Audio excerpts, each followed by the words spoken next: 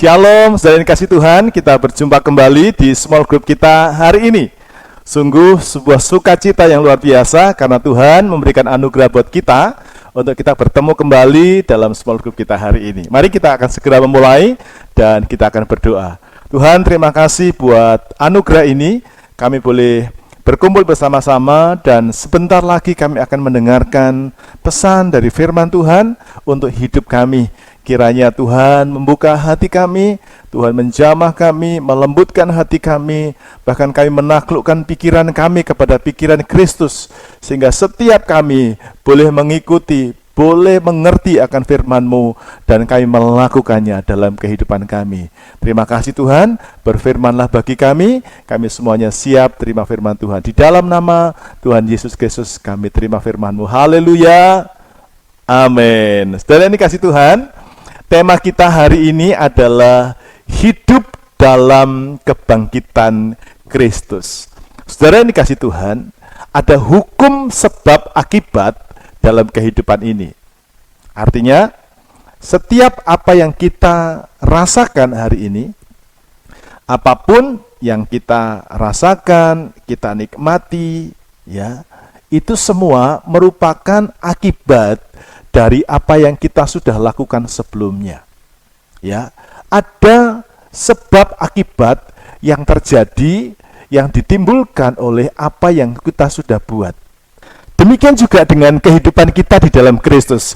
Kalau saudara sudah percaya Tuhan Yesus, engkau tinggal di dalam Yesus, maka saudara dan saya akan mengalami kebangkitan Kristus dalam kehidupan kita. Amin. Nah, kebangkitan Kristus itu akan membuat cara hidup kita ini berbeda. Amin. Kalau saudara sudah ikut Tuhan Yesus, maka saudara akan mengalami kuasa kebangkitan Kristus. Ya, saudara akan mengalami kuasa kebangkitan Kristus. Nah, kuasa kebangkitan Kristus itulah yang membuat cara hidupmu berbeda, cara hidupmu berubah, cara berpikirmu berubah, tujuan hidupmu berubah. Nah, pertanyaannya sekarang, bagaimana dengan hidup Anda? Apakah saudara sudah hidup dalam kebangkitan Kristus sehingga cara hidupmu berubah, ataukah saudara belum mengalami kebangkitan Kristus? Untuk itu, mari kita akan melihat bersama-sama dari firman Tuhan, apa buktinya bahwa kita itu mengalami kebangkitan Kristus. Tujuan dari pelajaran ini adalah supaya saudara mengalami kuasa kebangkitan Kristus dan hidupmu punya tujuan yang jelas dan engkau jadi berkat bagi banyak orang. Amin. Mari kita akan membuka super ayat small group kita yang terambil dari Kolose pasal yang ketiga ayat 1. Kolose pasal 3 ayat 1, demikian bunyi firman Tuhan. Karena itu, kalau kamu dibangkitkan bersama dengan Kristus, carilah perkara yang di atas, di mana Kristus ada duduk di sebelah kanan Allah. Amin, saudaraku. Saudaraku, yang pertama, apa buktinya? Orang itu sudah mengalami kebangkitan Kristus. Dia mencari perkara-perkara yang di atas, di mana Kristus ada duduk di sebelah kanan Allah. Artinya apa, saudaraku yang dikasih Tuhan? Kata carilah perkara-perkara di atas, kata mencari atau kata carilah, itu artinya ada sebuah upaya, ada sebuah usaha dari kita, kesungguhan sampai kita menemukan. Ya, misalnya, aduh, saya lagi kepingin cari makanan yang enak. Saudara mencari sampai ketemu.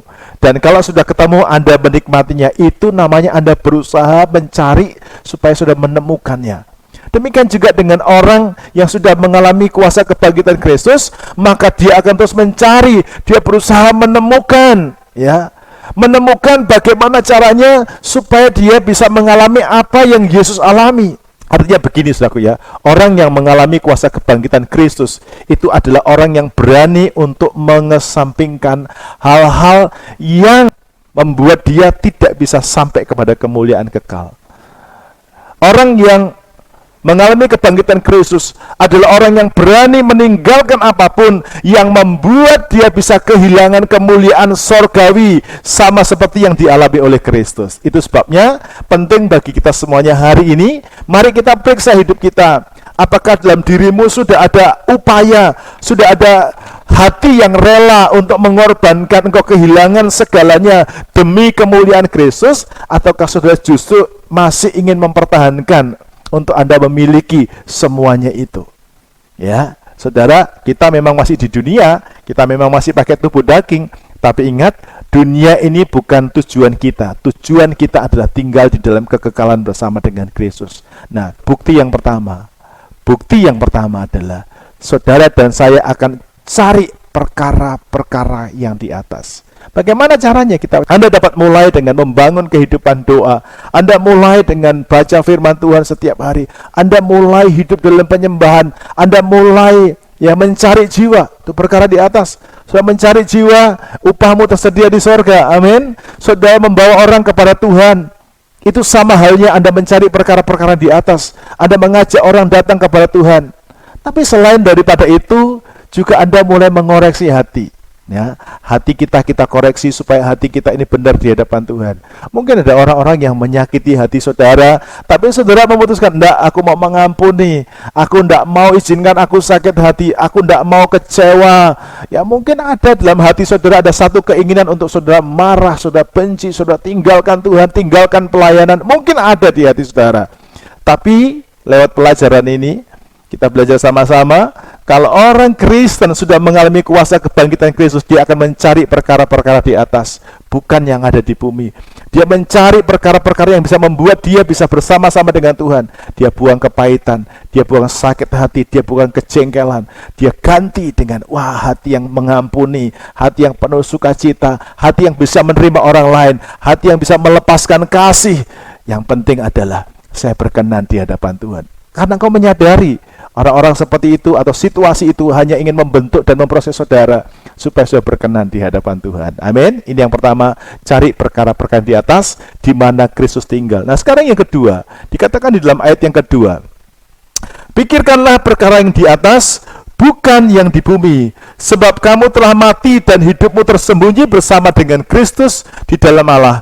Apabila Kristus yang adalah hidup kita menyatakan diri kelak, kamu pun akan menyatakan diri bersama dengan Dia dalam kemuliaannya. Nah, yang kedua, ya, bukti bahwa kita ini sudah mengalami kebangkitan Kristus adalah dikatakan Anda akan memikirkan perkara-perkara yang di atas, bukan yang di bumi.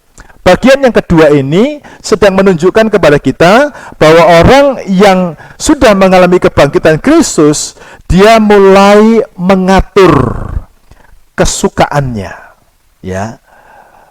Dia mulai mengatur keinginannya, dia mulai mengatur pilihannya, ya, dan dia mulai menetapkan pilihannya hanya untuk memikirkan perkara-perkara sorgawi.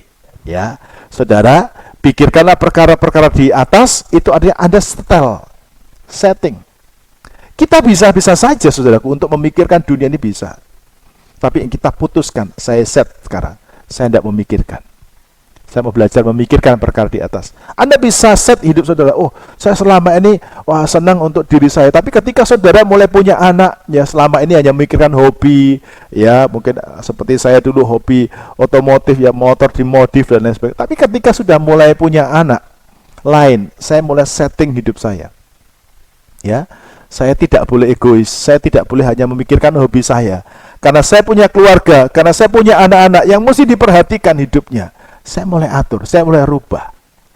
Setting. Nah, itulah yang disebutkan pikirkanlah perkara-perkara di atas. Berarti Anda setting untuk memikirkan bukan dunia, tapi untuk memikirkan untuk saudara bisa fokus kepada sorga. Jadi saya ingin berkata kepada setiap saudara, engkau ke gereja, engkau bisa berdoa, engkau bisa melayani, itu tergantung dari seberapa mau engkau memikirkan, seberapa mau engkau men-setting hidup saudara. Ada orang yang bisa meninggalkan semuanya, tapi ada orang yang tidak bisa meninggalkan untuk sebuah pelayanan. Karena apa? Karena pikirannya. Ya, dia pikir, kalau saya tinggalkan ini saya nanti rugi, saya tinggalkan ini saya nanti kekurangan. Tapi satu hal, apa yang saya mau bagikan kepada saudara, ketika saudara memikirkan perkara-perkara di atas, engkau di atas segala-galanya. Saya bagikan kepada saudara, seorang pengusaha datang kepada saya dan dia berkata begini, tahu nggak Pak, orang pikir apa yang saya kerjakan, orang pikir apa yang saya lakukan itu rugi. Tapi saya berkata, saya tidak rugi, tapi saya sedang belajar menabur. Ya, orang dunia memang berpikir itu rugi. Tapi saya berkata, saya tidak rugi, tapi saya sedang menabur. Nah, karena saya menabur, maka saya akan menuai. Kenapa bisa demikian? Dia setting pikirannya. Apa yang dia lakukan itu bukan kerugian, tapi apa yang dia lakukan itu adalah proses menabur. Nah, ini penting Bapak Ibu Saudara untuk Anda miliki dalam kehidupan saudara. Ayo belajar. Kalau engkau sudah mengalami kebangkitan Kristus, kalau saudara sudah mengalami kebangkitan Kristus, mulai pikirkanlah perkara-perkara yang di atas, mulai setting kesukaanmu, mulai setting pikiranmu, bahwa engkau hanya memikirkan, hanya memilih untuk mengejar apa yang membuat engkau bisa mendapatkan kemuliaan surgawi. Amin. Nah, sekarang pertanyaannya, apa tujuannya? Kita mulai mencari perkara di atas, kita mulai memikirkan perkara di atas. Kalau disimpulkan, apa tujuannya kita mengalami kuasa kebangkitan Kristus? Dikatakan di dalam ayat yang keempat, apabila Kristus yang adalah hidup kita menyatakan diri kelak, kamu pun akan menyatakan diri bersama-sama dengan Dia dalam kemuliaan. Saya coba membacakan kepada saudara di dalam terjemahan yang berbeda. Dikatakan demikian, jika Kristus yang adalah hidup kita kelak dinyatakan, maka kamu juga akan dinyatakan dalam kemuliaan bersama Dia. Jadi artinya begini, kalau nanti masanya tiba, masa kemuliaan itu tiba, saudara yang hidup dengan kuasa kebangkitannya, saudara yang mencari perkara di atas, saudara memikirkan perkara di atas, saudara juga akan mengalami kemuliaan Kristus. Amin.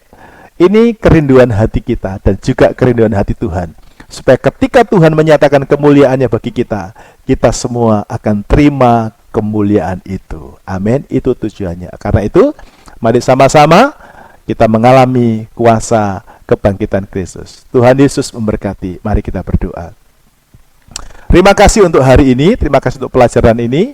Sederhana kami belajar dan kami rindu Roh Kudus menanamkan pengertian ini di hati kami, sehingga kami bisa melakukannya di kehidupan kami, dan kami boleh praktekkan supaya kami hidup dengan kuasa kebangkitan Kristus, dan kami boleh menikmati kemuliaan Tuhan. Hanya di dalam nama Tuhan Yesus Kristus kami berdoa. Haleluya. Amin. Nah, saatnya kita akan sharing bersama-sama. Seperti biasa kita akan melakukan dua hal ini. Yang pertama, apa berkat yang sudah dapatkan dari pelajaran hari ini?